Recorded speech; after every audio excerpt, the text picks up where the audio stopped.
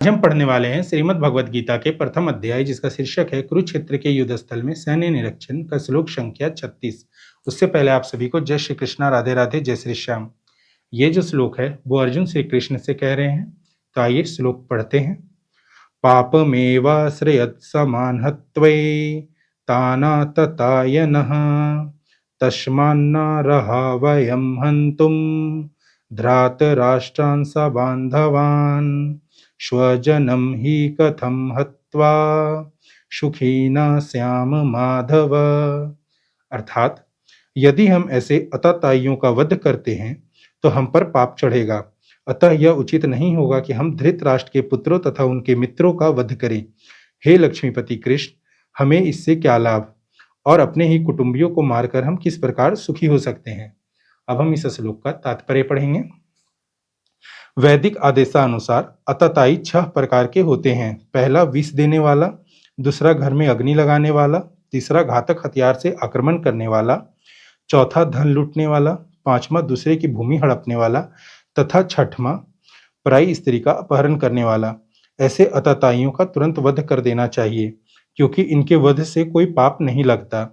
अताताइयों का इस तरह वध करना किसी सामान्य व्यक्ति को शोभा दे सकता है, किंतु अर्जुन कोई सामान्य व्यक्ति नहीं है। वह स्वभाव से साधु है, अतः वह उनके साथ साधुवत व्यवहार करना चाहता था, किंतु इस प्रकार का व्यवहार क्षत्रिय के लिए उपयुक्त नहीं है। यद्यपि राज्य के प्रशासन के लिए उत्तरदायी व्यक्ति को साधु प्रकृति का होना चाहिए, किंतु उसे कायर नहीं होना चाहिए। उदाहरणार्थ, भगवान राम इतने साधु थे कि आज भी लोग राम राज्य में रहना चाहते हैं, किंतु उन्होंने कभी कायरता प्रदर्शित नहीं की।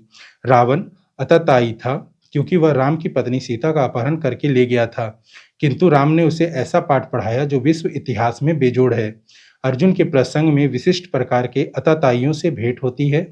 ये हैं उसके निजी पितामह, आचार्य, मित्र, पुत्र, पौत्र इत्यादि। इसलिए अर्जुन ने विचार किया कि उनके प्रति वह सामान्य अताताइयों जैसा कटु व्यवहार ना करे। इसके अतिरिक्त साधु पुरुषों को तो क्षमा करने की सलाह दी जाती है। साधु पुरुषों के लिए ऐसे आदेश किसी राजनीतिक आपातकाल से अधिक महत्व रखते हैं। इसीलिए अर्जुन ने विचार किया कि राजनीतिक कारणों से स्वजनों का वध करने की अपेक्षा धर्म तथा सदाचार की दृष्टि से उन्हें क्षमा कर देना श्रेयस्कर होगा। अतः क्षणिक शारीरिक सुख के लिए इस तरह वध करना लाभप्रद नहीं होगा। अंततः जब सारा राज्य तथा उससे प्राप्त सुख अस्थायी नहीं है, तो फिर अपने स्वजनों को मारकर वह अपने ही जीवन तथा शाश्वत मुक्ति को संकट में क्यों डाले। अर्जुन द्वारा कृष्ण को माधव अथवा लक्ष्मीपति के रूप में संबोधित करना भी सार्थक है। वह लक्ष्मीपति कृष्ण को यह बताना चाह रहा था कि वे उसे ऐसा काम करने के लिए प्रेरित ना करें जिससे अनिष्ट हो, किंतु कृष्ण कभी भी किसी का अनिष्ट नहीं चाहते, भक्तों का तो कदापि नहीं। इस तरह प्रथम अध्याय के श्लोक संख्या 36 का भक्ति वेदांत तात्पर्य पूर्ण हुआ।